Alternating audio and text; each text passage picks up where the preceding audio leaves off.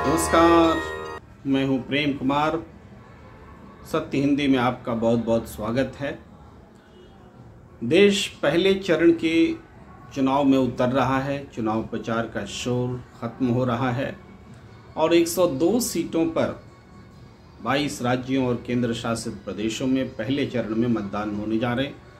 इनमें अगर देखा जाए तो 102 सीटों में ऐसी सीटें जिस पर बीजेपी ने पिछले 3 चुनावों में कोई जीत हासिल नहीं की, उसकी संख्या 51 है। और कांग्रेस के लिए यही बात देखी जाए तो 3 चुनावों में जहां उसने कोई सफलता नहीं हासिल की, वैसी संख्या सीटों की 52 है, यानी बराबरी की स्थिति है। और इन पूरे इसमें रीजनल पार्टीज का भी बहुत बड़ा योगदान है। जैसे सबसे बड़ा चंक तमिलनाडु में 39 सीटों पर चुनाव होगा। तमिलनाडु की डीएमके इंडिया गठबंधन में है, तो डीएमके का बड़ा स्टेक है। और पूरे 102 सीटों में देखा जाए तो भारतीय जनता पार्टी के पास इस वक्त जो 40 सीटें हैं जीती हुई 102 में, इस चुनाव में ऐसा महसूस हो रहा है, ऐसा लग रहा है कि इन 40 सीटों में आधी सीटों पर बहुत ज़बरदस्त खतरा बीजेपी के पास है अपनी सीटें बचाने को लेकर। जिन राज्यों में बात करें, सबसे ज़्यादा राजस्थान है, जहां की पहले चरण में 12 सीटों पर चुनाव होने जा रहे हैं। इन 12 सीटों में भारतीय जनता पार्टी को नाको चने चबाने पड़ रहे हैं। इसकी वजह है इंडिया गठबंधन में कांग्रेस का बेनीवाल जी की पार्टी के साथ में गठजोड़, लेफ्ट के साथ में गठजोड़, आदिवासियों की पार्टी के साथ गठजोड़। इन वजहों से ये राजस्थान में कांग्रेस बहुत मजबूती के साथ उभर कर आई है। एक सीट में निर्दलीय उम्मीदवार ने त्रिकोणीय बना दिया है बाड़मेर की सीट पे।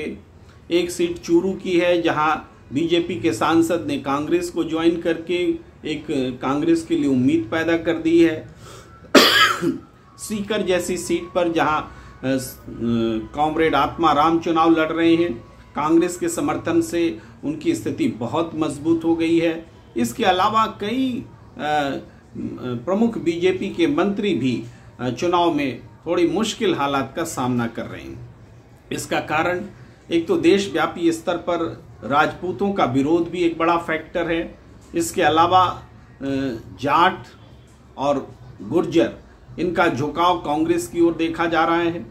आदिवासियों में भी चूंकि गठबंधन है तो आदिवासी वोटर्स भी कांग्रेस की तरफ आकर्षित हुए हैं। ये वो कारण है जिसने राजस्थान के रण को बीजेपी के लिए मुश्किल बना दिया है। इसके अलावा बीजेपी के संगठनात्मक कारण भी महत्वपूर्ण है। वसुंधरा राजे सिंधिया का पहले चरण में उभर करके सामने नहीं आना, रैलियों में उनका इस्तेमाल नहीं होना और उनके लोगों का सुस्त पड़े रहना भी बीजेपी को नुकसान दे सकता है।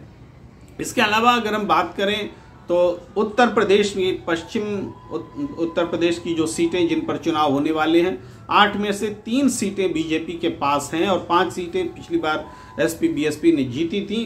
तो इसमें इन 3 सीटों में इस बार बीजेपी के लिए बहुत मुश्किल हालात हैं। आरएलडी के साथ गठबंधन जरूर है, इससे उसकी स्थिति थोड़ी खड़ी होने लायक है चुनाव मैदान में। लेकिन जिस तरीके से पूरा चुनाव जो है टैक्टिकल, बीएसपी की टैक्टिकल उम्मीदवारों को खड़ा करने की रणनीति जो है वो, और कई जगहों पर बीएसपी ने इतने शानदार तरीके से उम्मीदवार उतारे हैं कि बीजेपी की हालत पतली हो गई है और कई जगह पर बीएसपी ने अपने लिए भी उम्मीद पैदा की है। फिर भी ये मुकाबला इंडिया गठबंधन बनाम बीजेपी का ही दिखता है।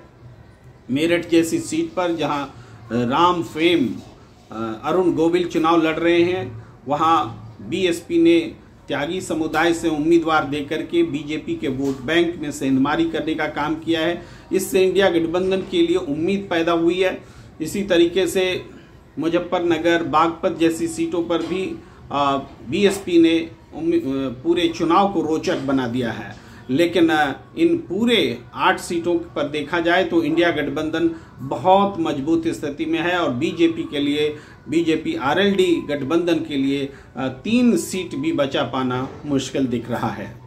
तमिलनाडु की 39 सीटों पर बीजेपी के लिए कोई संभावना नहीं बची है। वहां बीजेपी अपोजिशन के स्पेस को हासिल कर ले, कुछ वोट प्रतिशत अपने लिए जुटा ले, ये उसके लिए महत्वपूर्ण है। बिहार की बात करें तो बिहार में भी 4 सीटों पर चुनाव हो रहे हैं। इसमें जमुई, गया जैसी सीटें हैं जहां एनडीए गठबंधन की ओर से लोजपा और हम जैसी पार्टी भी चुनाव लड़ रही, तो यहाँ पर भी कांटे का मुकाबला है और कांटे के मुकाबले में अपनी सीट बचाना बीजेपी के लिए मुश्किल होगा। पिछले लोकसभा चुनाव में 40 में 39 सीटें बीजेपी गठबंधन ने, एनडीए ने जीती थी, लेकिन इस बार समान तरह के समीकरण रहने के बावजूद जेडीयू की हालत बहुत पतली है।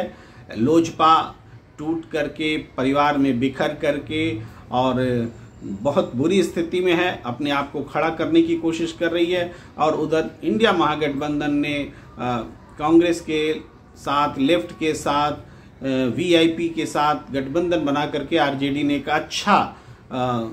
अच्छी लड़ाई पैदा कर दी है। तो बिहार में भी बीजेपी के लिए मुश्किल हालात हैं और असम में कांग्रेस के साथ सीधा मुकाबला है, बराबरी की टक्कर है। इसमें बीजेपी को कुछ सीटों पर एज मिलता दिख रहा है। असम में बीजेपी कांग्रेस पर बढ़त बना सकती है, लेकिन कांग्रेस ने सरेंडर नहीं किया है। बहुत ज़बरदस्त तरीके से लड़ाई असम में चल रही है।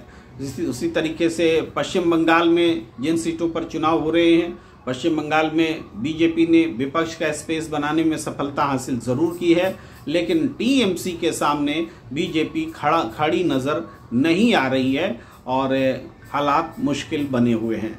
तो ओवरऑल अगर 102 सीटों का हम मूल्यांकन करें तो पहले दौर में भारतीय जनता पार्टी ज़बरदस्त तरीके से पिछड़ती दिख रही है।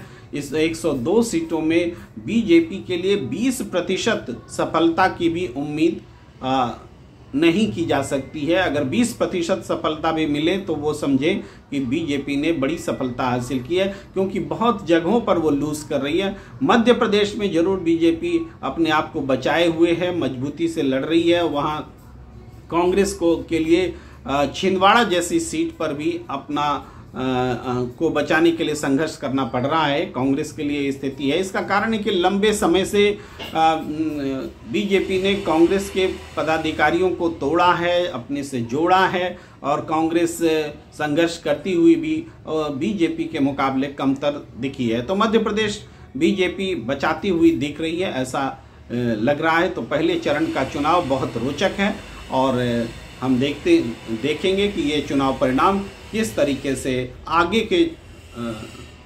के जो दौर है, चुनाव परिणाम न कहें बल्कि ये मतदान आगे के जो चरण होने वाले हैं उस पर क्या कुछ असर डालेंगे, कितना असर डालेंगे, ये निर्भर करता है। राहुल गांधी ने भी प्रेस कॉन्फ्रेंस की है अखिलेश यादव के साथ। उन्होंने कहा है कि हम तो पहले बीजेपी के लिए 180 सीट की उम्मीद करते थे, लेकिन अब हमने उसको घटाकर 150 तक ला दिया है। बीजेपी 150 से ज़्यादा सीट नहीं हासिल कर रही है। और अखिलेश यादव ने कहा है कि गाजीपुर से लेकर बल्कि गाजियाबाद से गाजीपुर तक बीजेपी साफ हो रही है और इंडिया गठबंधन ही ये जीत कर आ रहा है। ये उनके दावे हैं। बहरहाल 102 सीटों पर एक रोचक मुकाबला देखने को मिलने वाला है।